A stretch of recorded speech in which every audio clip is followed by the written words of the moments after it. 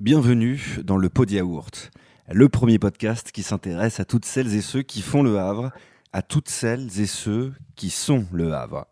Le plus souvent possible, je vais recevoir à ce micro des artistes, des sportifs, des entrepreneurs, des créateurs de contenu, des cuisiniers, des écrivains, bref, tous ceux qui font briller notre chère et tendre ville et qui nous rendent chaque jour un peu plus fiers d'être havrais. On parlera de leurs histoires et on verra en quoi le Havre a une place centrale et si particulière dans leur projet. Saison 2, épisode 14. Pour Paris, Le Havre est devenu hype. C'est une ville où on voyage, Le Havre c'est un bout du monde. Non, Le Havre n'est pas maudit. Je viens du Havre, moi, je viens de Cocrioville. Faire entendre à tout le monde que Le Havre était une belle et grande ville. Le Havre. Little Bob, c'est The King. Un Havre de grâce. Je vais ramener la cage au Havre. Au Havre, les gens sont tous gentils. Ici, c'est Le Havre, en Normandie. Bonjour à tous et bienvenue pour ce nouvel épisode dans le Pot de Yaourt. Aujourd'hui, je reçois une illustratrice de talent et si vous avez l'habitude de vous balader dans les rues du Havre, vous avez forcément un jour ou l'autre aperçu son travail, surtout en ce moment. Elle a réalisé des couvertures de presse, des affiches de festivals, des publicités, des couvertures de livres et plein d'autres choses encore. Un style qui voyage entre le pop art et le rétro et qui est clairement identifiable au premier coup d'œil. Je suis très heureux aujourd'hui de recevoir Cosmo d'Anchin-à-Marre dans le Pot de Yaourt. Salut Cosmo. Salut, merci beaucoup. Merci d'être là aujourd'hui avec moi dans le Pot de Yaourt, Cosmo. Alors on va balayer tout de suite la question. Cosmo, c'est ton vrai prénom? C'est mon vrai prénom, je ne l'ai pas choisi et ça vient d'un Maurice Leblanc, les dents du tigre précisément. C'est la première victime de meurtre d'ailleurs, voilà pour l'anecdote. Un riche médecin, Cosmo Mornington. Très bien, bon voilà, maintenant c'est chose faite, on sait d'où vient ton prénom. Je le disais, Cosmo, t'es donc illustratrice depuis quelques années maintenant. On va aussi balayer cette question assez rapidement. Tu as eu une vie avant l'illustration, tu étais plutôt du côté de la mode. Raconte-nous ce que tu faisais à l'époque. Alors moi j'ai commencé à travailler très tôt puisque j'ai commencé à travailler à l'âge de 15 ans. J'ai signé en effet avec une agence de mannequins quand j'avais 16 ans et j'ai fait ça pendant à peu près 8 ans.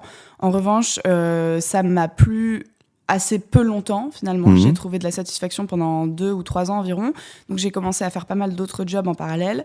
J'ai travaillé en tant qu'assistante de production dans un festival que gérait mon père à l'époque, qui était le Paris Jazz Festival, qui existe toujours mais dont lequel mon père n'est plus à la tête. Et puis j'ai travaillé sur d'autres projets événementiels. J'ai fait des petits jobs d'hôtesse, etc. Enfin voilà, j'étais un peu en quête d'une reconversion et avec mon mec on savait qu'en fait on terminait nos études puisque lui il est psychiatre, donc il a fait des longues études et on terminait en même temps et on s'était dit que voilà, si moi j'avais envie de déménager, de rêver à autre chose, il fallait que je me cale un peu sur son timing pour que en tant que couple, qu'équipe, ça fonctionne. Et donc je me disais que j'avais la possibilité de faire des études pendant 3 ou 4 ans. Et à ce moment-là, 2 choses qui n'ont rien à voir l'une avec l'autre, et ça je l'ai jamais dit. J'hésitais entre détective privé et illustratrice. Voilà, donc c'est 2 métiers qui m'ont toujours beaucoup attirée. C'est marrant, c'est le métier rêvé de Manana. Ah ouais, c'est détective privé. C'est trop bien. J'en entends parler. Et ben voilà, j'aurais adoré faire ça. Et ce qui est drôle, c'est que ça a aussi un lien avec la bande dessinée. Donc c'est-à-dire que je pense que c'est la bande dessinée qui m'a donné envie. En tout cas qui m'a fait rêver de ces 2 métiers pour des raisons très différentes. Illustratrice, j'aurai le temps d'y revenir, mais détective privé, c'était j'aimais bien l'aspect résolution, presque comme un jeu d'énigmes. J'ai toujours été attirée par cet univers-là, mais j'avais conscience que ça demandait d'être beaucoup en dehors de chez soi. Et même si je suis une aventurière, je suis aussi paradoxalement très casanière. Et je sentais que l'illustration serait peut-être plus en phase avec mes rythmes circadiens, on va dire.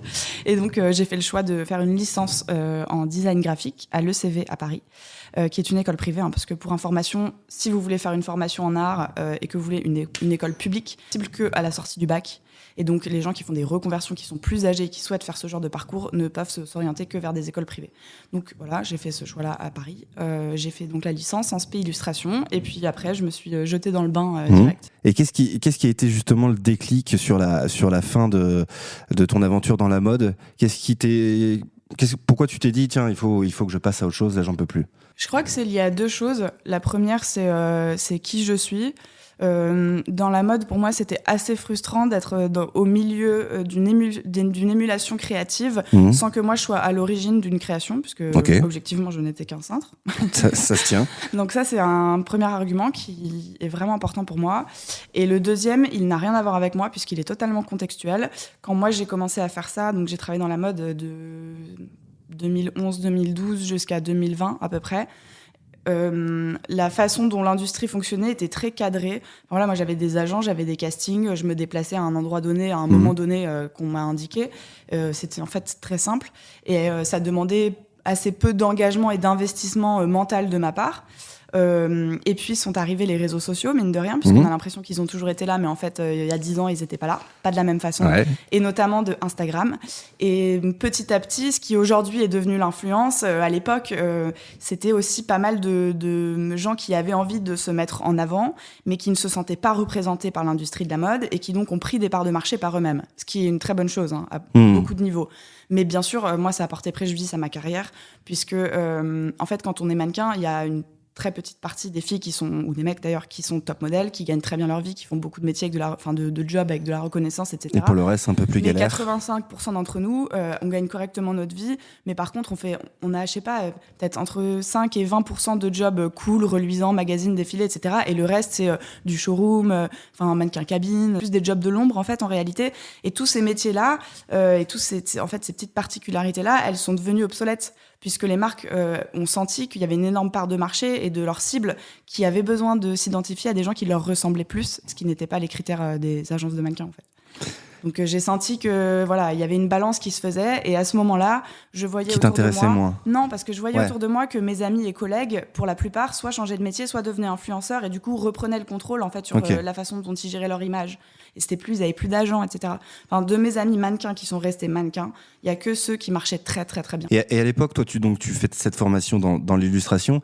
Pendant cette formation, tu te rends compte assez rapidement que ta place ou ta future place est là. Alors moi, j'ai choisi l'illustration parce que j'avais pas envie d'être artiste. J'ai lu que tu disais que tu te sentais plus interprète qu'artiste. Ouais, vraiment. Mais c'est ça le métier d'illustrateur. Ouais. En fait, ça c'est une partie assez intéressante du sujet, puisque paradoxalement, illustrateur, c'est le plus vieux métier du monde. Après pute, en fait. Mais vraiment. C'est-à-dire que techniquement, les premiers modes de communication dessinés dans des grottes, les hiéroglyphes, tout ça, c'est de l'illustration. L'enluminure, la gravure, les premiers textes, les premiers écrits sont souvent accompagnés d'images qui sont elles aussi de l'illustration et qui ont un message à faire passer. C'est pas de la création artistique pure, c'est vraiment dans l'objectif de communiquer avec quelqu'un d'autre. Ok.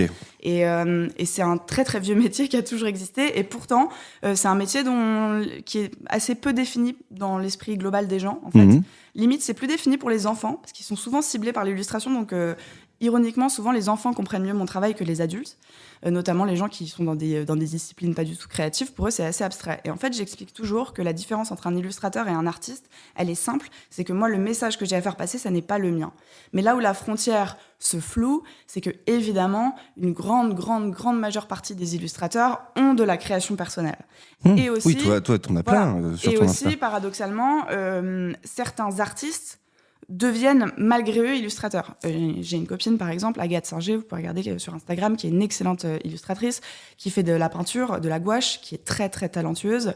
Elle a un univers graphique qui est très propre à elle, mais qui est assez restreint. Je dis pas ça de façon négative, mais dans le sens où elle représente des chats, des animaux, des fleurs, des portraits, quelques paysages parisiens, mais c'est assez restreint, donc on peut pas lui demander de tout représenter, mais elle est quand même aussi illustratrice parce que son travail s'appose et s'adapte très bien à de nombreux supports. Elle a fait des collaborations pour plein de marques, en vestimentaire, en packaging, etc.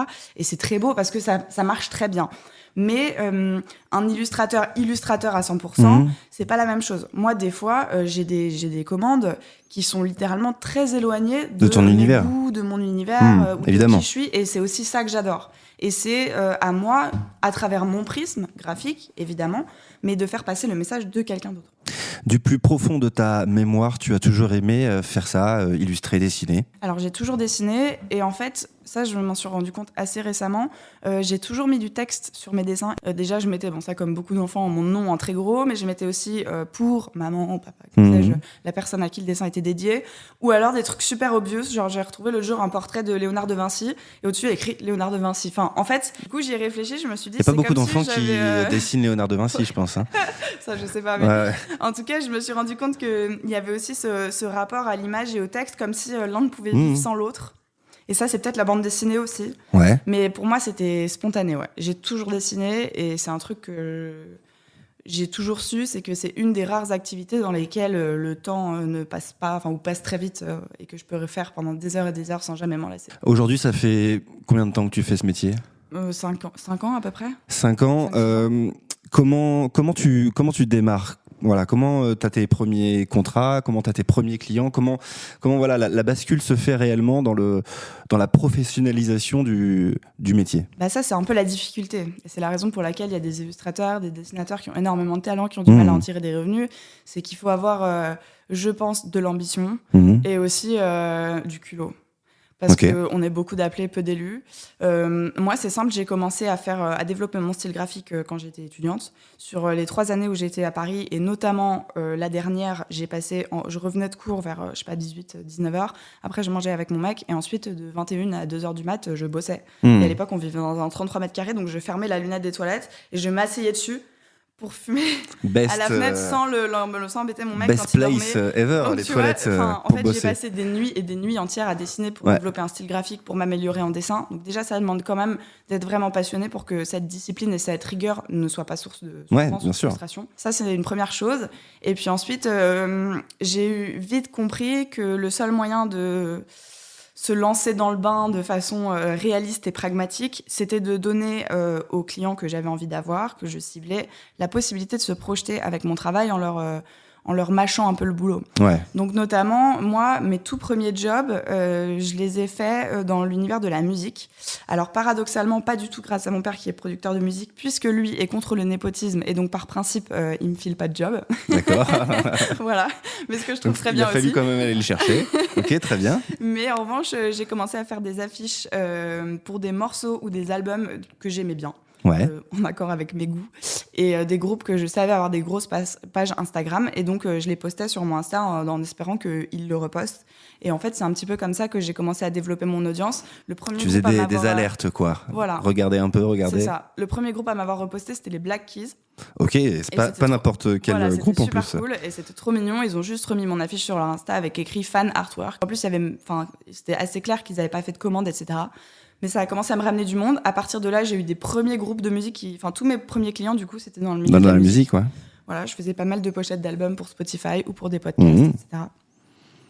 Et puis, à partir de là, j'ai commencé à assez spontanément développer l'aspect sarcasme, qui est une grosse partie de mon univers aujourd'hui. Ouais, on va en parler, bien évidemment. Ça m'a aussi beaucoup aidé parce que je pense que ça a aidé les gens comme une sorte d'exutoire, d'avoir quelqu'un qui avait ce contraste graphique entre la douceur, la poésie, le côté un peu langoureux des postures de mes personnages féminins, et puis la violence de leurs propos, finalement.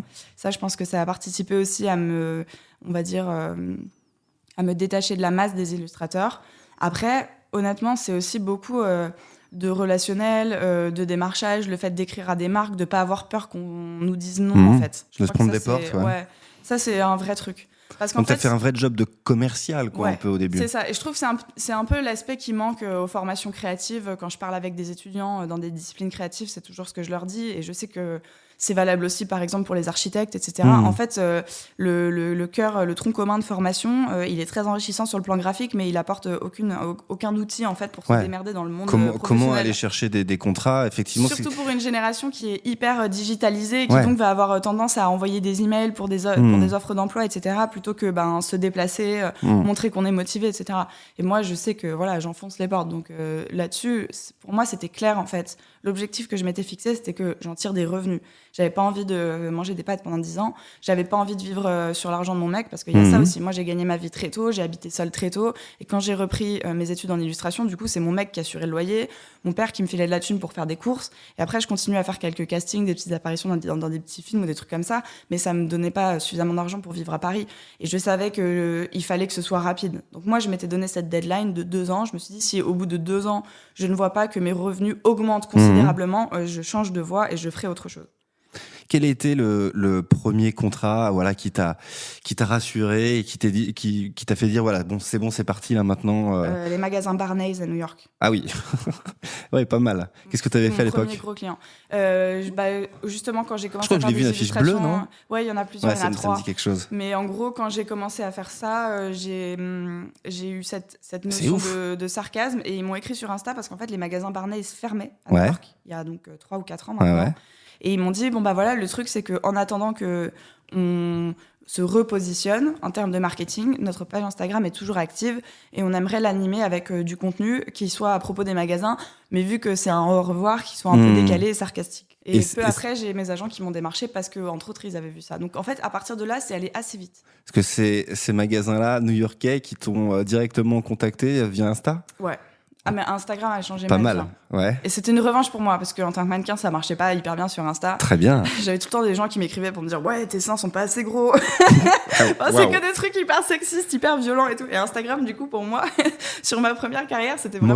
Mauvaise expérience. C'était vraiment une mauvaise vibe, quoi. C'était genre « Ah, mais les gens sont horribles sur les réseaux sociaux et tout. » Et c'est pour ça, d'ailleurs, que j'ai mis très peu de photos de moi sur toutes les premières années de mon Insta illustration. Et ça a été une vraie revanche pour moi, parce que, en fait, Instagram, c'était génial, quoi. C'était un...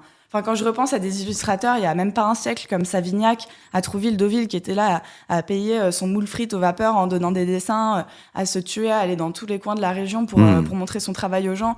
Mais quelle chance on a, en fait, d'avoir un outil qui nous permet de connecter avec le monde comme ça. Moi, là, je fais des petits cadeaux de temps en temps à mes followers. Je leur envoie des packs de stickers pour ceux qui sont très actifs. Et ça va tellement plus vite. C'est dingue. Genre, j'écris à des gens qui sont en Serbie. Enfin, c'est tellement magique. Qu'est-ce que tu aimes particulièrement dans ton métier? J'aime le fait que je ne m'ennuie pas. Moi, je suis très sujette à l'ennui. J'ai besoin d'être énormément stimulée. Même quand je travaille, je regarde une série ou un film simultanément. Je suis en espèce de tri-écran. Okay. Et en même temps, je réponds à mes mails. Et potentiellement, genre, je fais des listes de trucs à faire aussi. Enfin, je suis très multi-activité. T'arrives à te concentrer sur tout ça en même temps? Je me concentre mieux si je fais plusieurs tâches. Si j'en fais qu'une seule, je suis en quête de nourriture supplémentaire. Et donc, je suis mal concentrée sur la tâche sur laquelle je suis. Ok, très bien. Alors que si j'en fais plusieurs, je suis comment dire, ça roule, quoi. Ouais, ok, très bien. Voilà. J'ai vulgairement en intro, j'ai parlé de ton style. Alors tu m'excuseras si je me suis complètement trompé parce que c'est pas non plus mon cœur de métier, mais j'ai parlé de ton style, un mélange de pop art et de rétro. Est-ce que tu es d'accord avec ça ou est-ce que... Alors le pop art inévitablement parce qu'il est associé à la BD et en plus bien évidemment que des artistes comme Roy Lichtenstein, pour ne citer que lui, m'ont beaucoup inspiré. D'ailleurs quand j'étais adolescente, je faisais beaucoup de reproductions des dessins de Lichtenstein pour m'entraîner à faire des formes graphiques épurées. Après, en vérité, si on va dans un truc un petit peu plus pointu, après tout... Allons-y. Mon style graphique, il a la ligne claire de la BD franco-belge. Okay. Il n'est pas la même ligne claire que les comics américains. Même si mon dessin est parfois entre les deux, il est quand même vraiment principalement inspiré de la BD franco-belge. C'est une énorme partie de la façon dont je travaille le mouvement, dont je cadre et dont je dessine notamment le drapé, les vêtements, etc. Mais après, j'ai beaucoup d'inspiration qui vient de la peinture. Ça se remarque pour les gens qui connaissent les peintures qui m'inspirent. Ils le voient tout de suite. Donc, en ce qui me concerne, c'est des périodes assez précises. Donc, le pré-raphaélisme, qui n'est pas avant Raphaël, c'est le 19e siècle. C'est juste des peintres anglais qui ont voulu s'inspirer du style qui précède Raphaël. Après, le néoclassicisme, ça, c'est beaucoup plus connu. Voilà, c'est une autre période que j'adore et qui m'inspire énormément.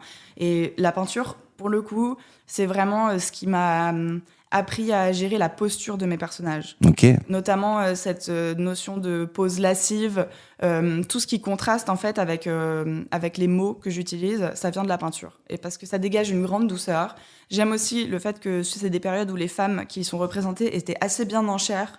Et donc ça me permet, en fait c'est toujours plus agréable de dessiner des gens en courbe que des gens maigrichons. Donc j'essaie de faire les deux pour être très représentatif et d'être le plus possible dans un spectre réaliste. Mais c'est vrai que cette espèce de juste milieu des corps, je le trouve graphiquement en fait super intéressant et j'adore.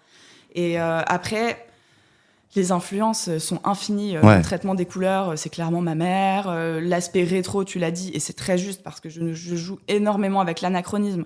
J'ai beaucoup d'éléments, d'objets qui sont très datés. J'adore mettre des Walkman, des vieux téléphones, des Nokia, des trucs comme ça, et de les mettre en contraste avec des objets qui, à l'inverse, sont très technologiques et modernes.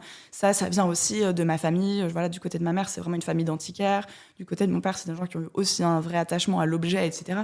Donc, c'est vrai que définir son style graphique, ça se fait, mais en même temps, c'est tellement, très personnel. C'est tellement lié à l'essence de qui on est bien sûr. que c'est pas hyper simple d'être objectif et de le définir. Quoi.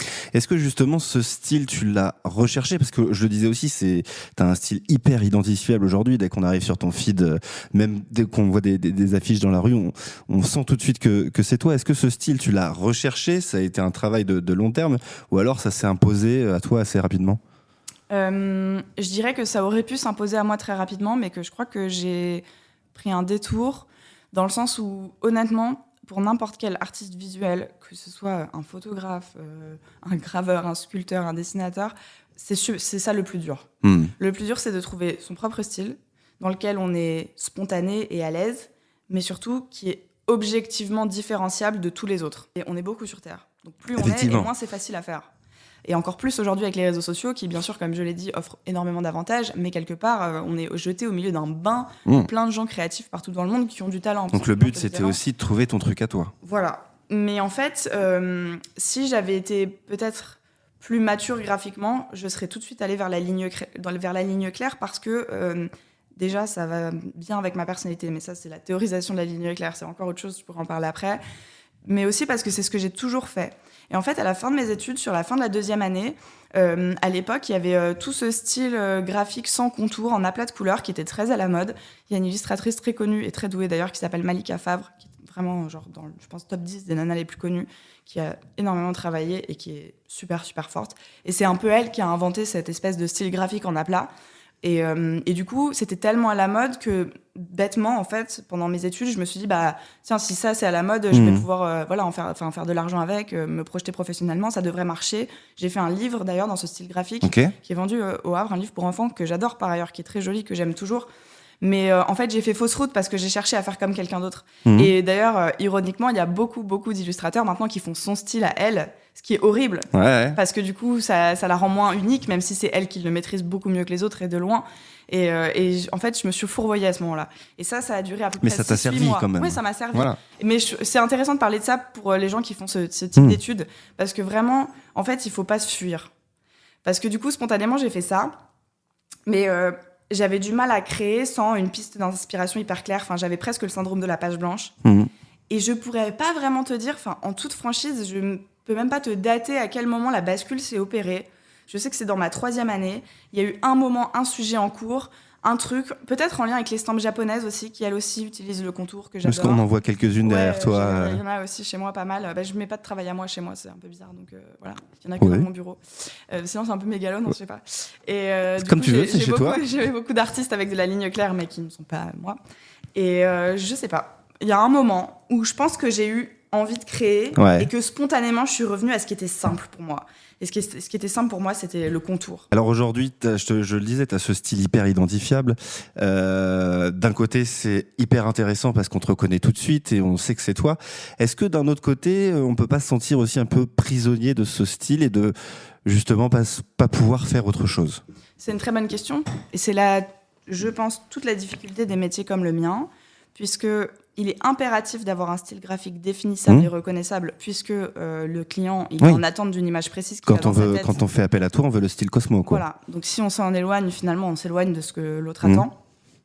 Et en même temps, on ne peut pas tourner en boucle et ne faire que la même chose toute sa vie. Et c'est la même chose pour d'autres disciplines. Je veux dire, c'est comme le mec qui a joué Harry Potter, qui est dégoûté parce qu'il n'a plus jamais fait un autre film de sa carrière. Il y a une illustratrice très connue aussi qui s'appelle Danielle Bourg, qui est celle qui a dessiné tous les petits ours bruns. Donc, il y a une ponte de l'illustration française. Aujourd'hui, ce sont ses enfants et ses beaux enfants qui continuent à dessiner avec elle. D'accord. Et elle, c'est une nana elle a très jamais douée. Fait d'autres En fait, c'est venu tellement tôt dans sa carrière qu'après, on lui a assez peu offert l'opportunité de faire autre chose parce qu'elle était cantonnée à ça. Et puis, ça avait tellement de succès qu'elle a été obligée, il n'y a que 24 heures dans une journée, quoi. Et encore aujourd'hui, elle a, 75 ans, un truc comme ça, et elle continue à travailler. Et c'est la même chose pour Peyo, celui qui a fait les Schtroumpfs. En fait, Ouais. lui, il dessinait Johan et Pierre-Louis, qui était une bande dessinée, voilà, sur un autre sujet, dans laquelle il a à un moment intégré ces petits êtres bleus comme un personnage secondaire. Finalement, il a senti qu'il y avait un vrai succès autour de ça, donc il a développé toute la ligne éditoriale des Schtroumpfs. Mais en fait, le succès était tel que jusqu'à sa mort, il n'a plus pu que faire ça. Et ça, c'est pour le coup, évidemment, c'est frustrant. Moi, j'en suis justement, je trouve, à un juste milieu qui est génial et que m'offre l'illustration. C'est que déjà, j'ai des sujets qui me forcent à sortir de ma zone de confort et donc à aller chercher graphiquement à faire des choses différentes. Et après, je pense que c'est aussi une question de personnalité. Moi, j'ai cette discipline-là et j'ai aussi la conscience de tous ces dangers. Donc j'évolue et je travaille mon dessin en ayant conscience de ces enjeux-là aussi. Aujourd'hui, il n'y a pas de frustration pour toi de dire mince, j'aimerais explorer un autre terrain. Pas du tout. Pas du et tout. en plus, moi, je suis très fidèle. Je peux manger la même chose pendant 10 ans. Ça fait 10 ans que je suis avec le même mec. Enfin voilà, moi, une fois que je trouve mon confort dans quelque chose, j'y suis assez bien et j'aime bien justement rester dans cette zone-là, mais explorer au sein de cette zone différentes variations. Et quelque part, c'est comme les films en huis clos, c'est tout ça. Mais les films, les livres, j'aime que les huis clos presque. Et j'adore parce que je trouve que justement, plus on est restreint, plus ça pousse à aller chercher à l'intérieur de nous autre chose.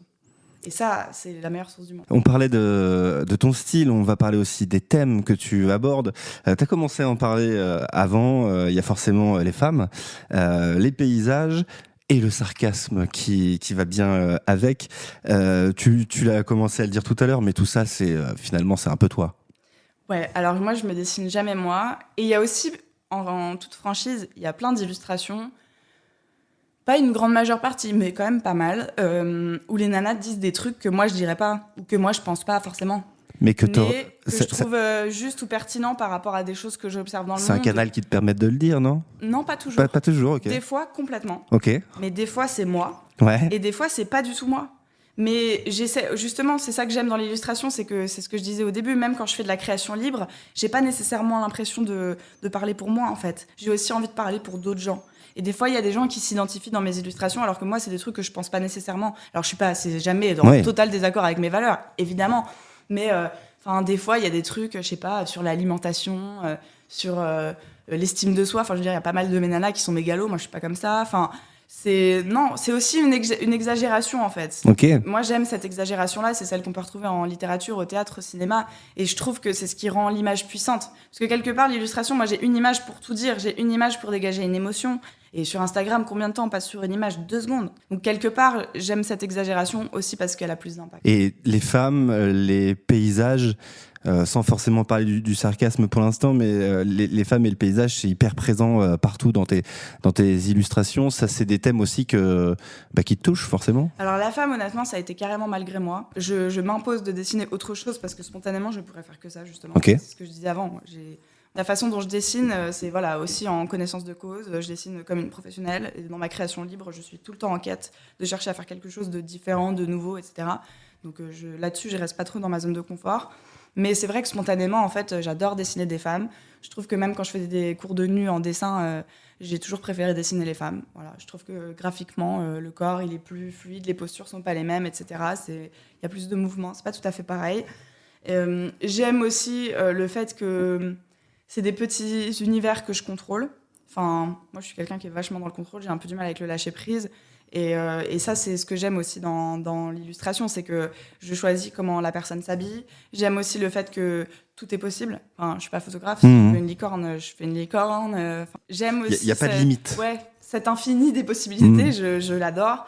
Maintenant, oui, il y a des choses qui sont récurrentes dans mon travail malgré moi, parce qu'en effet, comme tu l'as très bien dit, c'est aussi inévitablement lié à l'essence de qui on est.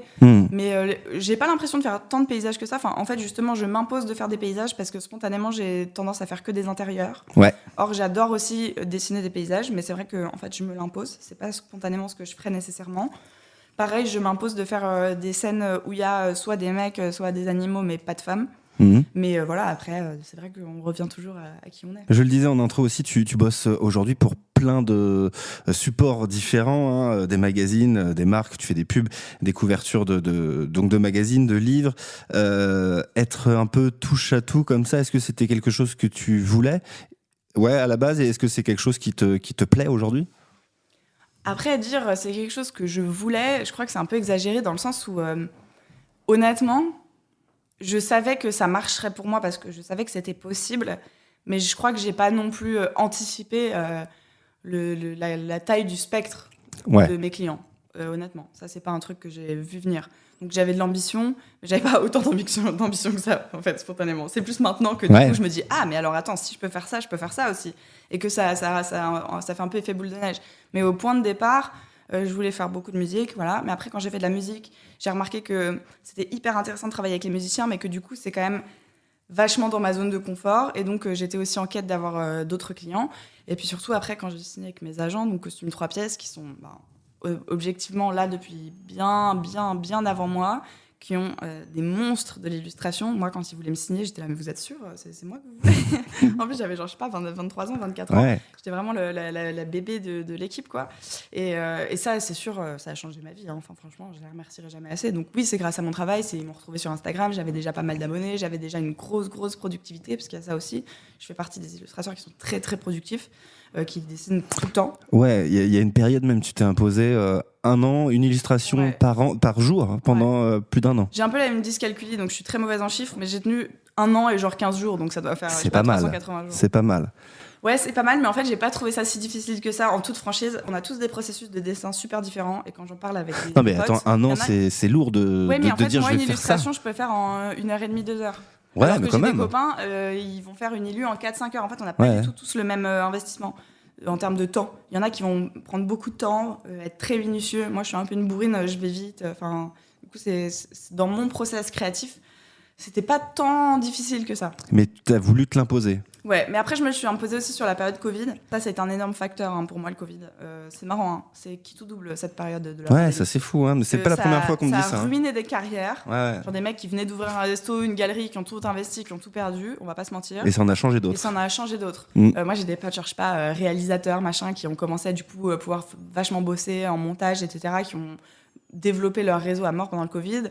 Moi, l'illustration, et notamment le sarcasme, puisqu'on était dans une période où, évidemment, les gens avaient besoin d'un exutoire, mais surtout dans une période où les gens étaient chez eux et n'avaient pas rien d'autre à faire. Que regarder sur Instagram et commander des posters, d'ailleurs, parce que je vendais énormément de posters pendant le Covid par rapport à maintenant, ça n'a rien à voir. Et ça, pour moi, ça a été un propulseur, hein, sincèrement. Je suis passée, je pense que au premier confinement, je devais être à genre 12 000 abonnés, et à la sortie du deuxième, je devais être à, je sais pas, à 50 000, 60 000. Ouais, c'est fou. Ça a été très vite. Je pense que la plus grosse augmentation de followers en un court temps que j'ai eu, c'était pendant la pandémie. Et c'est à ce moment-là aussi que tu dis, bon, bah, ça y est, là, il commence à avoir une caisse de résonance assez intéressante. C'est ma voix, quoi. Ouais, mais je crois que, en fait, j'ai jamais trop douté. J'ai confiance en les choix que je fais, et j'ai pas peur d'assumer quand je me trompe. Mais assez vite, je savais, quoi. Et quand j'en parle avec des gens qui étaient à l'école avec moi, mais ça, c'est un autre sujet, les écoles d'art, moi, c'est un truc... Pardon. On est justement jamais trop, c'est ce que je disais tout à l'heure, formé à la vie professionnelle. Et donc moi, j'avais pas les moyens de me payer le master. Parce que du coup, j'ai fait que la licence. C'était à peu près 10 000 euros par an. Donc c'est quand même vachement d'argent. Légèrement. Moi, mes parents, ils sont classe moyenne classique. Ils ont pas les moyens de me sortir 50K comme ça de leur poche. Donc du coup, j'avais un peu géré le truc avec mon père, etc. Mais c'était très vite clair que je pouvais pas aller au-delà de la licence. Et le dernier jour, mais vraiment le dernier des derniers, il y avait une autre nana qui discutait avec moi devant un des profs, et qui expliquait le fait que elle non plus, elle n'avait pas les moyens de se payer le master. Et cette nana-là, elle avait une qualité qui est assez extraordinaire et recherchée dans ce type de métier, c'est qu'elle était très pluridisciplinaire. Donc elle avait des compétences dans toutes les matières, elle était vraiment à bon niveau, très excellente en fait, dans presque tout. Et ça, c'est génial pour devenir notamment directeur artistique. C'est une super compétence, c'est une super qualité. Et donc, j'en discute avec elle. Et puis, c'était une nana, pareil, qui était un petit peu plus âgée. Enfin, elle était comme moi, elle devait avoir 22, 23 ans, elle n'avait pas 18 ans, quoi. Et elle parlait de langue, elle habitait à moitié en Israël, je sais pas quoi. Enfin, c'était une nana, voilà, worldly, super smart, hyper cultivée, avec plein de compétences. Pour moi, c'était une évidence qu'elle galérerait pas à se trouver un job. Et donc, je lui dis ça, je lui verbalise clairement. Je lui dis, non, mais attends, Ève, tu te rends pas compte, les compétences que t'as été encensée par le corps professoral pendant 3 ans. Voilà, à un moment, juste arrête d'envoyer des mails, déplace-toi, va voir quelqu'un, dis-lui, voilà, moi, je suis motivée, j'ai pas peur de me lever tôt le matin, de rentrer tard chez moi le soir, j'ai plein de compétences, regardez ça, j'ai fait. Et puis, tu verras, tu trouveras un job. Et le prof qui était à côté de nous, il a ri, et il a dit, oh, Cosmo, tu devrais être coach de vie.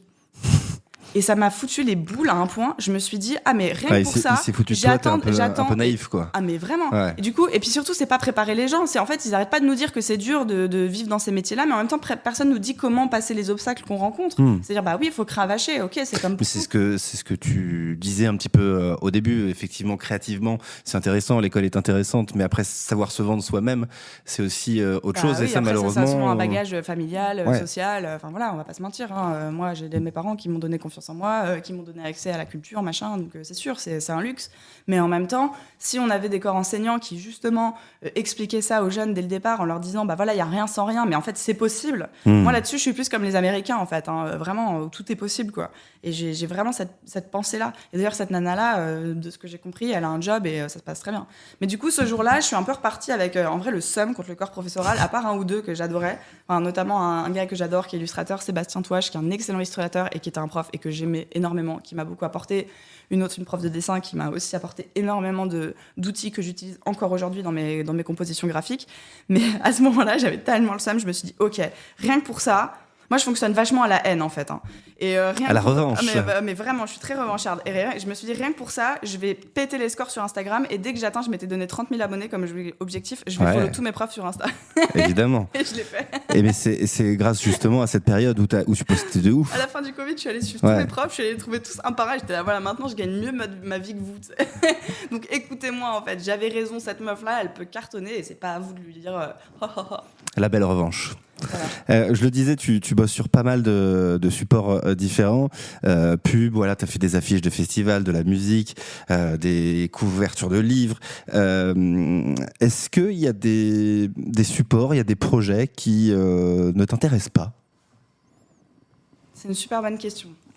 Est-ce qu'il y a des trucs où, au-delà du truc qui sortirait, voilà, Je crois qu'il y a rien qui m'intéresse pas. Je crois que pour que je refuse un projet, c'est soit que j'ai pas le temps, ouais, soit que une affiche d'un parti politique que tu ne soutiendrais pas, par exemple. Soit qu'il y a un vrai décalage avec mes valeurs. Tu vois, je me posais la question par rapport à Tefal, par exemple. Moi, j'étais en contact récemment avec Camille Etienne, j'aimerais bien bosser avec elle, mais voilà, sur le scandale du téflon, je suis hyper concernée. Enfin, c'est un truc que je trouve vraiment hyper particulier, quand même, comme scandale sanitaire, c'est spécifique. Enfin, voilà, tous les humains en ont dans le sang, donc il y a un truc qui est quand même d'une gravité absolue et qui est pris très à la légère. Ça, par exemple, je sais pas si j'accepterais un job pour cette entreprise-là. Ouais. Parce que, alors moi, je suis très pragmatique. Voilà, j'ai une maison, j'ai un prêt, j'ai un enfant. S'il faut que je fasse de l'argent, je fais de l'argent. Mais pas n'importe quel prix. Ouais, je pense qu'il y a quand même des limites éthiques. Mais pour l'instant, j'ai jamais trop été confrontée au truc. Enfin, je pense après, les valeurs parlent d'elles-mêmes. Donc, quand ton travail il est en adéquation avec qui t'es, spontanément, les gens qui vont venir te voir pour vouloir travailler avec toi, dans la grande majeure partie, vont déjà être en adéquation avec tes valeurs. Donc, c'est assez fluide là-dessus. Et puis, sûrement que tes agents savent aussi quelles sont tes valeurs. Donc, peut-être pour eux, c'est aussi plus facile. Après, j'ai beaucoup de gens aussi qui me démarchent des fois en direct et c'est à moi de les rediriger vers mes agents. Enfin, tout ne passe pas par eux. J'ai aussi plein de trucs qui arrivent par Instagram, par Le Havre. Le Havre, voilà, cette année m'a apporté pas mal de travail. Ouais. Donc, et quand c'est des projets au Havre, je prends pas par mes agents puisque c'est moi qui gère la négociation, tout ça. T'es pas loin. Voilà. Ça va. C'est différent. Quand tu reçois un projet, tu reçois ce qu'on appelle plus communément un brief. Moi, ce qui m'intéresse dans la façon de fonctionner, c'est est-ce que tes clients, la plupart du temps, sont très très précis sur les briefs qu'ils font, ou alors, vu qu'ils connaissent ton style et ce que tu fais, on te laisse quand même une grande part de liberté? Eh ben, écoute, les deux. Très C'est bien. simple. En gros, le spectre de mes clients, il est incroyablement varié. Je te donne des exemples à chaque fois. Ouais, carrément. J'ai travaillé pour Dorcel, Marc Dorcel, le porno. Là, je viens de faire l'affiche des 50 ans du diocèse du Havre. Oui, j'ai vu ça. Voilà. On m'a envoyé ça Mes clients tout à l'heure. n'ont rien à voir les uns avec les autres. Ouais. Les commandes n'ont rien à voir les unes avec les autres. Et des fois, on me dit carte blanche. Et ça me met très mal à l'aise. Ouais. Et à la fois, des fois, les briefs sont très, très, très, très précis. Et ça, c'est vrai que c'est toujours un peu restrictif. Mais en même temps, c'est intéressant parce que c'est aussi ça mon métier. Pareil, 2 exemples. Un carte blanche que j'ai aimé, c'est quand j'ai fait des packaging de bière pour LBF, la brasserie fondamentale. Donc, qui, voilà, une grosse brasserie Bordeaux, Paris, tout ça, qui vend un peu partout, Monoprix, tout ça. Et on avait fait des bières édition limitée sur des formats différents, bouteilles, canettes, etc. Et ils m'ont dit, carte blanche. Moi, ça m'a mis mal à l'aise, la carte blanche, encore plus que j'aime pas la bière, donc j'allais pas être consommateur et donc me projeter dans ce qui était la vibe ou pas. Donc du coup, je leur ai demandé d'écrire, que leur brasseur m'écrive pour me dire son inspiration pour chaque Ok. bassin. Et donc, à partir de là, j'ai construit des éléments de paysage, en l'occurrence, sur l'origine du houblon. Parce que le carte blanche à 100%, ça me mettait mal à l'aise. À l'inverse, un des briefs les plus complexes que j'ai jamais eu et que je raconte à mes potes au moment où ça m'arrive, tellement c'est ouf, je fais une illustration pour la revue de l'Université Paris-Descartes. C'est une illustration scientifique. Le brief, c'est une double page, mais il faut que chaque page puisse vivre l'une sans l'autre et que potentiellement on rajoute du texte entre les deux sur d'autres pages.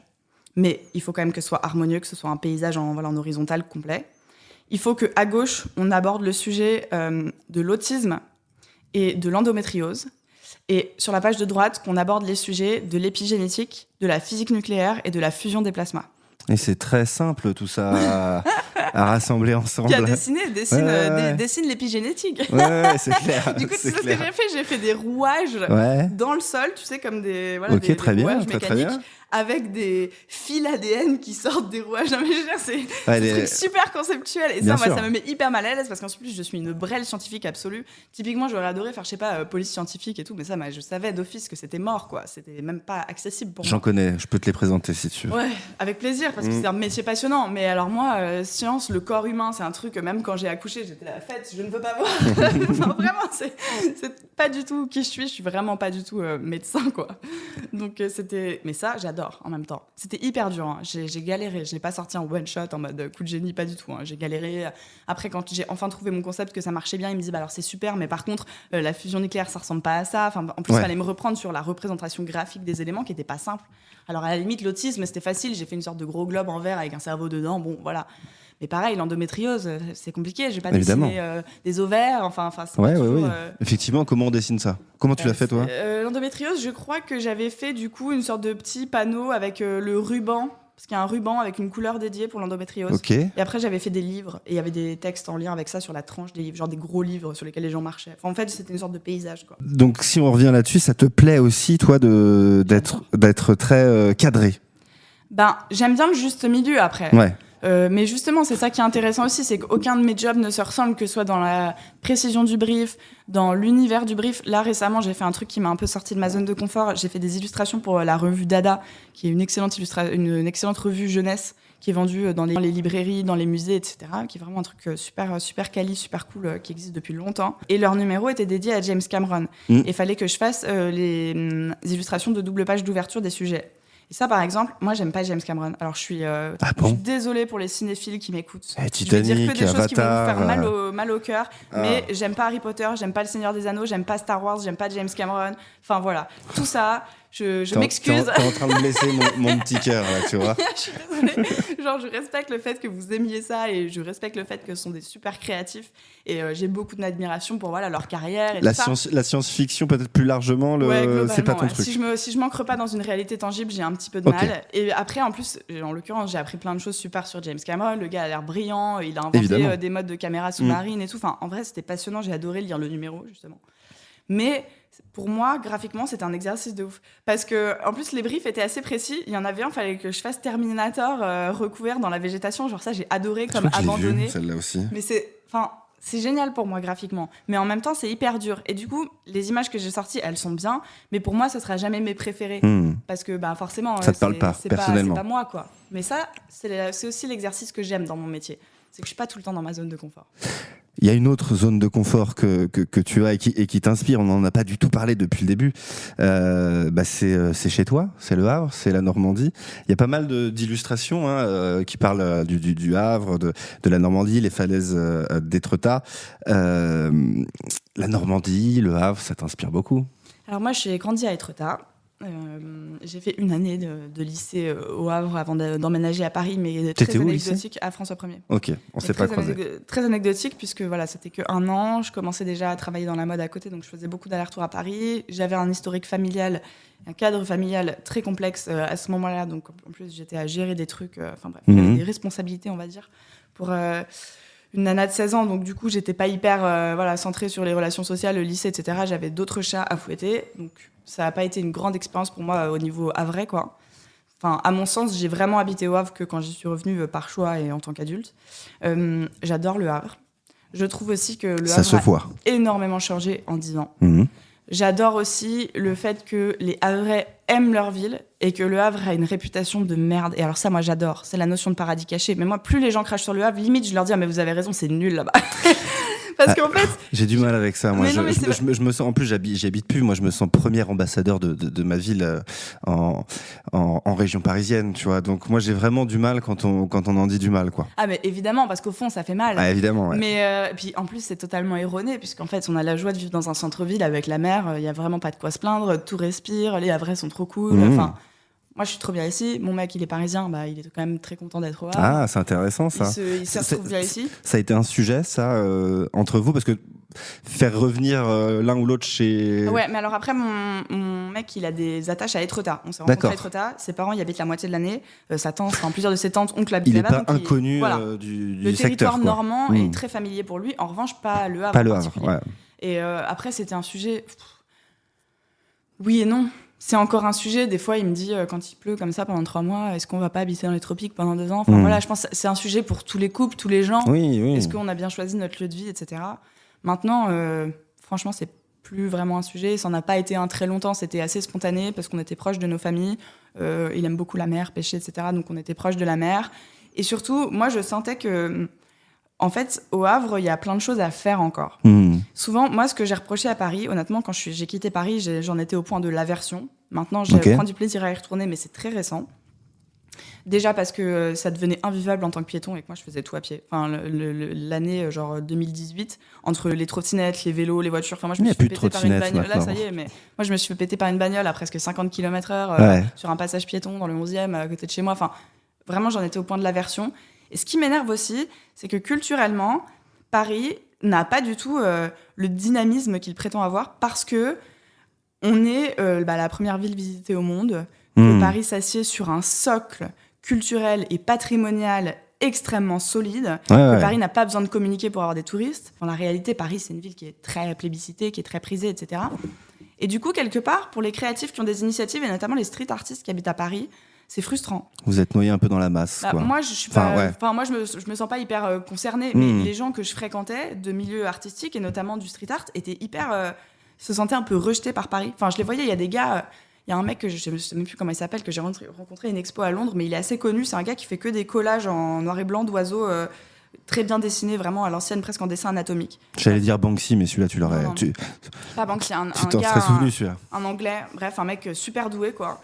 Et il était payé pour faire un mur pour le covering d'une boutique Vans dans le Marais. Il s'est pris une amende de genre 4 500 €. Et c'est Vans qui a payé, peu importe. Mais c'est cette démarche que je trouve hyper bizarre. Et pareil, tout était condamné, les Banksy, les les Space Invaders et tout, alors qu'au final, ils sont très contents de l'avoir, ça enrichit le patrimoine de la ville. Enfin, aujourd'hui, il y a même des gens qui les volent, qui font des parcours pour les visiter, les observer, etc. Et cette démarche-là, elle me gêne par rapport à Berlin, par rapport à Londres, par rapport à d'autres villes. Et en France, ce que je trouve dingue dans toutes les grandes villes de province, que ce soit Marseille, Lille, Bordeaux, évidemment, qui est un peu le deuxième Paris maintenant, mais qui est quand même Bordeaux, Rennes, Nantes, en fait, et Le Havre, voilà, évidemment. Toutes ces villes-là, elles sont dans une quête d'attractivité.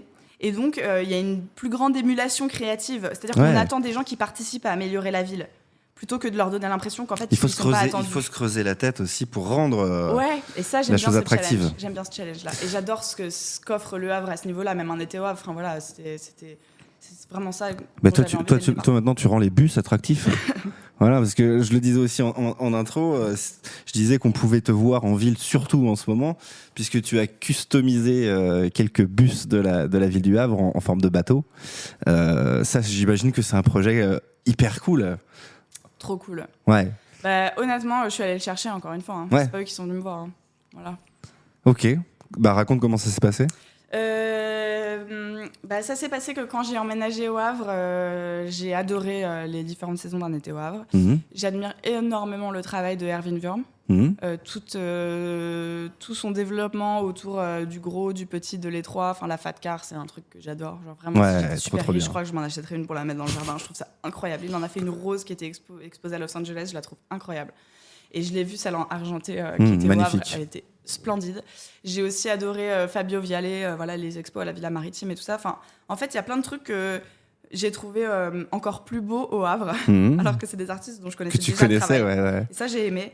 Et à partir de là, je me suis dit, ma fille, elle avait 4 mois, donc ouais, c'était il y a 2 ans et demi. Et je me suis dit, ok, je veux faire partie de ce truc. Mmh. Je me démerde, mais d'ici 5 ans max, il faut que je sois dans un été au Havre. Enfin, pour moi, c'était un objectif. Donc, tu as contacté Gaël. En fait, au début, du coup, c'était Jean Blaise. Ouais, Jean Blaise. Et puis Jean Blaise, moi, j'adorais ce qu'il programmait. J'ai trouvé que c'était un excellent directeur artistique. Mais c'est vrai qu'il programmait que des très grands noms. Et il avait quand même ce que beaucoup de curateurs ont, cet aspect un peu intouchable, très culture, Paris, tout ça. Et du coup, quand Gaël a repris... moi, je connaissais pas Gaël, mais quand il a repris la tête du festival, en fait, il a... il sera bientôt invité. Génial. Il a publié... différents articles, enfin ils ont publié différents articles à son propos plus justement, et il expliquait le fait que il avait envie d'étendre la surface d'exposition des œuvres dans la ville, donc pour faire profiter d'autres quartiers, que 2 il avait envie d'inclure plus de Havrais, et que 3 il avait une vision peut-être je dirais pas plus ouverte d'esprit parce que ça fait péjoratif pour Jean Blaise et je le pense pas comme ça, mais on va dire moins dans le carcan précis des plasticiens en fait. Et je me suis dit ok, avec ce gars-là potentiellement je pourrais avoir ma chance. Et voilà, enfin, le truc est passé. Puis en vrai, je dis ça, voilà, j'élève ma fille, je bosse, tout ça. Je te le raconte comme si ça avait pris 5 minutes, mais c'est des mois et des mois. Et à un moment... ce projet des bus, c'est toi qui vas le chercher vraiment. J'aimerais dessiner sur les bus. Du coup, à ce moment-là, à un moment, Gaël me follow sur Insta. Ouais. Donc là, je vois le opening. Moi, je suis très comme ça. Je suis une opportuniste. On va pas se mentir. Je le dis dans le sens positif du terme. Mais du coup, non. Il me follow sur Insta et il y a mon mec à côté de moi et je lui dis bébé, ça y est, maintenant il faut que je trouve une idée. Ouais. Mais c'est vraiment comme ça que j'ai pensé, tu vois. Je me suis dit, ok. Mais il te follow pas pour rien. Il était clair dans ma tête que, ok, le mec connaît mon travail. Après, voilà, c'était pas non plus un truc de ouf. Hein. On est dans le Havre, on n'est pas énormément à avoir des grosses plateformes sur les réseaux sociaux. C'était assez simple pour lui, je pense. Il a fait un audit de qui était actif au Havre dans les créas, machin. Et je me suis dit, ok, par contre, je ne vais pas le voir si j'ai pas une idée dans laquelle je suis totalement investie et par laquelle je suis totalement convaincue. Enfin, je vais pas le faire juste pour le faire. Donc ça a pris un peu de temps déjà que tu trouves l'idée. Non, vachement moins que ce que je pensais. Parce que du coup, style 3 semaines après, donc ça faisait pas si longtemps que ça qu'on avait la maison. Moi, cette maison, on l'a achetée il y a un peu moins de 3 ans. Du coup, je suis au 3e étage, que tu n'as pas vu, mais je pourrais t'emmener après. Et il y a une échappée mer, comme on dit dans le langage des agents immobiliers. Et notamment, il y a vue sur le port. Et en fait, à un moment, je suis avec ma fille dans les bras. Et il y a un immeuble qui se détache de la ville et qui va dans la mer. Et en fait, c'était un bateau de croisière, je crois que c'était Virgin. Mais pendant une fraction de seconde, j'étais vraiment perturbée. Il y a un truc qui bouge là. J'ai eu l'impression qu'un immeuble se détachait de la ville pour partir en mer. Et ça m'a vachement frappée. Et instantanément, je me suis dit, putain, c'est ça qu'il faut faire. Il faut faire l'inverse. Il faut faire en sorte que les bateaux rentrent dans la ville. Et pour moi, c'était ça l'idée. Il n'y avait pas de notion de bus encore. C'était vraiment juste de jouer ce flou sur la frontière du port, en fait. Ouais, évidemment. Et puisque ça serait impossible de faire en sorte que des immeubles aillent vraiment sur l'eau, peut-être que l'inverse est possible. Et là, j'ai écrit à Gaël sur Insta et je lui ai dit, voilà, le message précis, c'était j'aimerais humblement faire soumettre une proposition pour une installation à Nettewa. Il m'a dit, ok. On allait prendre un café. En l'occurrence, on s'est trop bien entendu. Enfin, moi, j'adore. Vraiment, c'est un super chouette gars. Et on a discuté, donc je lui présente mon projet, je lui présente mon idée et je lui dis, bon, il y a un problème. J'ai passé une nuit entière sur Google Maps à me balader dans les rues du Havre. Et en fait, c'est une ville très verticale. Je ne vous apprends rien. Mais du coup, ce serait impossible d'avoir les bateaux à la taille que je veux, c'est-à-dire pour que ce soit grand, parce que sinon ça ne marche pas. Si on fait des stickers de 10 cm, on ne comprend pas le gigantisme et l'effet que je veux procurer. Du coup, je ne trouve pas les bons murs. Parce que tous les murs qui sont à des bons endroits, je ne pourrais avoir que l'avant ou l'arrière du bateau. Alors c'est marrant, parce que ça fait un effet d'optique, c'est hyper graphique et tout, ça aurait été stylé quand même. Et Gaël, il était très calme, il disait pas grand-chose. Alors moi, j'arrêtais pas de parler et tout. Je me disais, putain, le mec, il doit plus en pouvoir de moi déjà. Et il réfléchit comme ça, il me dit, bah attends, laisse-moi réfléchir. Alors moi, je suis là, je bois mon café, tu vois, je suis comme ça. Et il me dit, bah écoute, je trouve que c'est une super bonne idée, mais en effet, si on met que des morceaux de bateau, c'est un peu dommage. Après, en sponsor, on a Transdev, l'IA. Ça te dirait pas de le faire sur un bus? Je lui ai dit, bah trop bien. Bouge, bah oui. En mouvement, mais c'est encore mieux. Je lui ai dit, arrête. Viens, on va payer l'addition, je rentre chez moi, je prends mon ordi, je te fais des mock-ups. Je suis rentrée chez moi, j'ai fait 3 mock-ups de bateaux. Je lui ai envoyé. Et il m'a dit, ok, c'est trop stylé. Quoi. Et après, il a envoyé au patron de Transdev. Et voilà. Et ça allait très très vite. Mais voilà, c'est moi qui suis allée le chercher. Merci Gaël de ne pas m'avoir pris pour une folle ce jour-là. Et on l'embrasse et il viendra très vite dans le pot yaourt. T'as 5 bateaux différents, je crois. 10 bateaux différents. T'as quoi, le bateau de croisière, Le Alors, les 10 porte-conteneurs. précisément, je peux même te les donner dans l'ordre de Ok, sortie. très bien. Alors, du coup, je vais donner les noms des vrais bateaux, Mhm. mais ce ne sont pas les noms des bateaux-bus, puisque Ok. je n'ai pas gardé les noms des entreprises pour une raison évidente de fair play. Je ne pouvais pas représenter tout le monde et je n'avais pas envie d'avantager certains par rapport à d'autres. Donc, les couleurs, les typos sont les mêmes, on reconnaît très bien les bateaux, mais ils ont changé de nom. Donc, le premier qui est sorti début avril, c'est le bateau Maersk, le porte-conteneur, qui s'appelle Marée. Le deuxième qui est sorti, c'est un paquebot de croisière qui est le Virgin, qui est très, Ok. très, très grand. Celui très que tu as haut. vu partir. Exactement, c'est pour ça que je le voulais absolument. Ok. Et qui s'appelle Les Vagues. Le troisième qui est sorti, c'est une drague, la drague Jean Angot, qui s'appelle l'Écume, je crois, qui est une longue drague jaune et qui est hyper graphique, qui est super intéressante et qui a vraiment une forme différente des autres bateaux. Le quatrième bateau qui est sorti, que j'adore, c'est le Washington, qui est très vieux paquebot du 19e avec une grosse roue à aube qui est hyper beau. Et je remercie d'ailleurs French Lines de m'avoir laissé faire des photos des maquettes pour les dessiner. Le suivant qui est sorti la semaine dernière, c'est le porte-conteneur One, qui s'appelle donc Océane, avec son rose très reconnaissable. Il y en a un qui sort aujourd'hui même en circulation en ville, qui est le porte-conteneur CGA-CGM, qui s'appelle la Eve. Et donc, il en restera 4. Et les 4 bateaux à venir, il y a le Brittany Ferry, bien évidemment, qui s'appelle le Tyrando. Il y a le nouveau paquebot de croisière de luxe qui s'appelle le Ponant, qui va dans l'Antarctique notamment. Donc je l'ai appelé Les Neiges, pour faire hommage au quartier des Neiges et puis aussi à la destination du bateau, qui a une esthétique très James Bond un peu. Il est très pointu, il est gris, un peu chromé. Enfin, il a une esthétique très spéciale, ce bateau, donc je voulais qu'il fasse partie du lot. Et l'idée, c'était d'avoir une représentation assez fair-play de ce qui se passe dans le port du Havre. Il y a pas de, pour le coup, il n'y a pas de biais, quoi. C'est vraiment, j'ai été très objectif sur ce point. Et ensuite, les 2 derniers qui vont sortir, il y a la croisière Mindshift, qui s'appelle le Goéland Argenté, et mon préféré, c'est le Normandie. Le paquebot Normandie, qui s'appellera le Pain de Sucre. Très bien, très connu forcément, le Normandie. Et c'est mon préféré. Si je comprends bien, Le Havre t'inspire beaucoup. Énormément. Alors, quand j'ai emménagé au Havre, pour la petite anecdote, vu que mon mec est parisien et qu'il aime la mer, c'est moi qui m'occupais de la recherche d'appart. Parce que j'avais plus de temps que lui à ce moment précis. Et j'ai pris un appart au Ponant. Et j'ai signé limite sans le prévenir, quoi. Et après, j'ai fait des travaux. Et donc, lui, il est arrivé. On est arrivé en novembre avant le Covid. Mars, confinement. Et lui, il s'est retrouvé avec la mer, les bateaux et personne devant. Il est pas reparti. Très bien, super argument. Voilà. Et moi, mon bureau était face à la mer. Et d'ailleurs, quand on cherchait à acheter, à la base, je voulais pas une maison. Je voulais absolument rester sur la vue mer, malgré le bruit, malgré tout ça.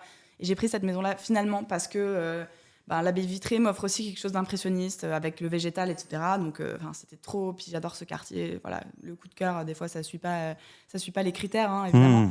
Mais ça m'a énormément inspiré d'habiter aussi au Ponant, en fait. Ça a été un truc pour moi de voir le ballet des bateaux, des kitesurfers. Puis c'est aussi voir toute cette vie havraise géniale. Enfin, on dit souvent qu'il n'y a pas beaucoup de jeunes à Étretat. Et c'est vrai que par rapport à Rennes ou Nantes, c'est des petites villes étudiantes. C'est des grosses villes étudiantes par rapport à Le Havre, bien sûr. Mais en même temps, tous les lycéens qui vont à la petite rade à l'été pour se boire des pintes et manger des burgers, je les trouve trop agréables. Enfin, je trouve qu'il y en a pour tout le monde au Havre, en fait. Moi, j'aime bien les villes qui sont cosmopolites. J'aime bien les villes qui offrent différentes opportunités selon ce qu'on aime, selon nos préférences, selon nos goûts. Au Havre, il y en a pour tout le monde. Et ça, j'adore. Tu parlais d'un été au Havre, de nombreux Havrais maintenant qui sont concernés par un été au Havre. Moi, j'ai l'impression, pareil en tant qu'expat, de voir qu'ici, les artistes havrais commencent de plus en plus à émerger, mais que ce soit dans l'illus, que ce soit dans la musique, dans la littérature, dans plein de choses. Moi, j'ai l'impression qu'aujourd'hui, Le Havre est une ville d'artistes. Est-ce que c'est un sentiment que tu partages ? Beaucoup. Franchement, ouais. Je suis convaincue de ça. Et même, on parlait du coup du podcast qui, au moment où tu publieras celui-là, sera sûrement sorti avec Maxence du Lily. Mais pour moi, Maxence, c'est pareil, comme Alexis. À leur façon, c'est des artistes aussi, en fait. Parce qu'ils dessinent la ville de demain. Et c'est ça que j'aime bien. C'est qu'il y a des gens qui sont pareil. Enfin, Medine, c'est ça aussi qu'il fait. Quand il nous invite tous à des trucs pour qu'on se rencontre parce qu'on est dans des disciplines créatives et que donc ça peut être intéressant d'échanger les uns avec les autres. Lucie de la Bise qui, pareil, organise plein d'espèces de meet-up pour que tous on se connaisse, etc. Et qu'on réfléchisse ensemble à comment améliorer notre ville, mieux communiquer autour de notre ville, améliorer notre quotidien au sein de la ville. Enfin, moi, avec les bus, c'était vraiment ça que je voulais aussi. Je voulais qu'il y ait moi, j'adore les bus d'LRT, tout ça. Je trouve que c'est des éléments graphiques que je trouve agréables pour les gens qui habitent dans la ville. Et ça, c'est super. Et après, moi, il y a plein d'artistes que j'ai rencontrés depuis que j'habite ici et que j'adore. Enfin, Brice Totis, par exemple, j'adore son travail. Je lui ai dit 1000 fois. Pour moi, c'est un des gars les plus talentueux du coin. il est très doué, d'une minutie incroyable, parce que lui, il triche pas comme moi à l'ordinateur où il peut faire copier-coller s'il a envie de faire 5 écailles de poisson. Lui, c'est tout à la main et tout. Enfin, il faut une patience que moi, j'aurais jamais. Je le trouve vraiment incroyable. Voilà, il y a des céramistes, plein de céramistes qui sont super doués. Pour n'en citer qu'une, ma copine Virginie Villerval, qui est hyper douée, qui a eu des prix et tout à Paris. Enfin, voilà, il y a une vraie émulation créative ici, et ça, j'adore. Et tu sens vraiment que tout le monde a envie de s'associer justement pour déjà valoriser la ville, mais aussi valoriser vos travaux indépendamment. Carrément. Tout le monde est prêt à s'entraider. Ouais, en fait, il y a ça aussi au Havre. Je trouve il y a quand même... Enfin, les Havrais sont vachement bonne ambiance quand même, on va se le dire. C'est quand même des gens qui sont plutôt accueillants et tout. Moi, j'ai grandi à Étretat, donc il y a vachement plus la campagne, par rapport aux Cauchois de base. Et je vous aime, je suis cauchoise moi aussi, en soi. Mais le Havrais est vachement plus accessible, chill. Enfin, il y a ce côté ville surf un peu.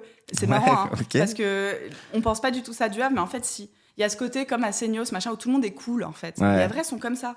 Et moi, mon mec, c'était une surprise pour lui. Parce que vu que c'est une ville grise et puis que c'est quand même très centre-ville, etc., il s'attendait pas à voir tout le temps des mecs qui sortent du kite en combi, les petites meufs à la plage, les gars avec leurs casquettes et tout. Enfin, c'est vraiment... ils sont chill. Et moi, j'adore vivre ici. Rentrer de soirée, je me sens franchement exceptionnellement en insécurité, mais c'est très, très, très rare. Je suis bien un peu partout au Havre.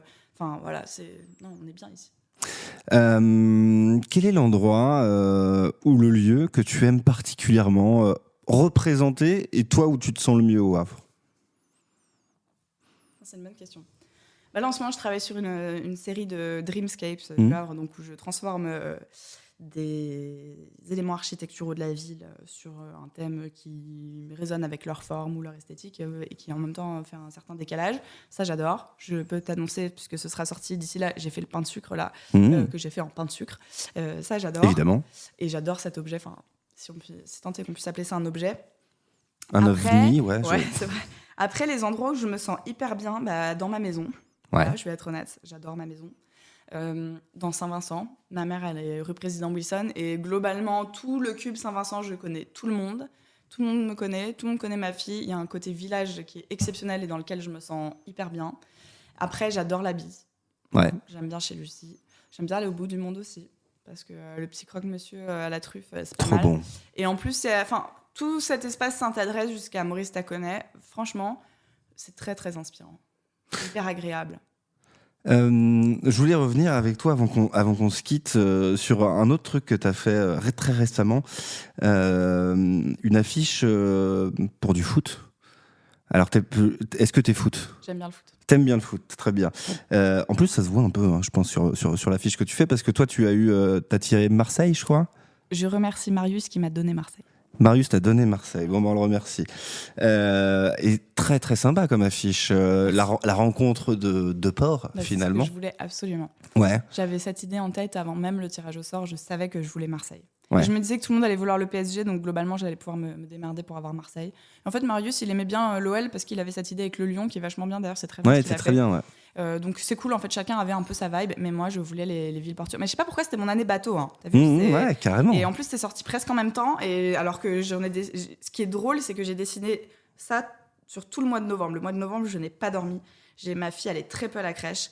J'ai passé des nuits entières à faire des bateaux. Et l'affiche du Havre, je suis rentrée du brief, je me suis mis dessus, je l'ai fini le soir même. J'ai juste dû redessiner les joueurs entre deux parce que le mercato oblige. Il y en avait qui étaient partis. Il y en avait qui étaient prêtés, etc., que ce soit pour l'OM ou pour le HAC. Mais ça, je le savais dès le départ. Je leur avais dit, comme ça vous donne une idée, il y a des joueurs, quoi. Mais j'ai adoré faire cette affiche. Je remercie encore Alexis et Gauthier. J'espère, je dois aller voir la semaine prochaine, j'espère qu'on arrivera à prolonger ce concept parce que moi j'ai envie d'en faire d'autres. Mais c'est trop bien, moi je les avais félicités justement, mes copains du HAC. Ah ouais, non mais c'est trop bien. Mais en plus, c'est vraiment un truc d'illustrateur ça. C'est-à-dire que, encore une fois, c'est pas mon message. Et moi j'ai adoré parce que ça demande une certaine objectivité. L'idée c'est pas de mettre en avant plus une équipe que l'autre, ça demande une certaine équité dans la représentation, même si évidemment je soutiens le HAC. Et j'adore aussi les disciplines sportives. J'ai l'habitude de travailler pour des clients sportifs, en l'occurrence. J'ai déjà travaillé pour l'équipe de France, je travaille pour le comité olympique. Enfin voilà, j'ai des clients dans le milieu du sport de base. Donc ça, c'est quelque chose que j'ai l'habitude de faire. Et d'ailleurs, c'est un bon prétexte pour moi pour dessiner des mecs, puisque je le fais pas assez souvent. Et ce que j'adore, et c'est ce que j'expliquais dans mon interview avec le HAC, donc je vais pas être dans la redondance, mais ce que j'aime bien, c'est aussi le fait de mettre en avant des valeurs chez le joueur, le fait que, je sais pas, il est surpassé, que ce soit, je sais pas, une enfance difficile, un handicap, ou le dépassement les ligaments croisés quand il avait 18 ans ou que sais-je, mais le dépassement de soi, c'est génial parce que graphiquement, ça permet de raconter des choses. Et moi, mes sujets préférés sont les sujets qui sont riches, en fait, en histoire. Typiquement, je suis pas du tout astrologie. Genre, moi, je suis assez sceptique globalement. Après, il y a des choses que j'aime bien, je peux en consommer, etc. Mais c'est très en surface. Je suis pas une passionnée d'astro, mais j'adore dessiner tout ce qui est sujet astro. J'en fais beaucoup pour la presse féminine. J'ai un jeu de tarot qui va sortir à un moment. Et j'adore ça parce que c'est plein de petits symboles. Ça raconte des histoires. Et ça, c'est pour un illustrateur ou une illustratrice, que demander de plus. Donc le foot, évidemment, ça dit plein de choses, ça raconte plein de choses. En plus, quand il y a une équipe, il n'y a pas qu'une équipe, il y a une ville derrière. Donc il y a des éléments architecturaux, il y a une vibe, il y a des gens, il y a des supporters. Il y a des valeurs. Il y a des valeurs, il y a des couleurs. Des couleurs, et ça, j'adore.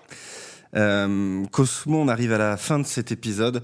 Il y a une question que je pose à tous mes invités. La dernière question est toujours la même et tu peux me répondre comme tu veux, me faire une grande tirade ou une toute petite réponse. C'est toi qui choisis. Et cette question, Cosmo, la voici. Pour toi, Le Havre, ça représente quoi ? C'est pas la plus facile. Non, c'est pas la plus facile. Je vais m'octroyer quelques secondes pour réfléchir. Mais je t'en prie, tu as tout le temps. Comme je l'ai dit tout à l'heure, moi je fonctionne vachement à la haine, je fonctionne vachement à la revanche, et plus on me dit que j'y arriverai pas, et plus je vais mettre d'efforts pour y arriver. Et je crois que Le Havre est un peu comme ça.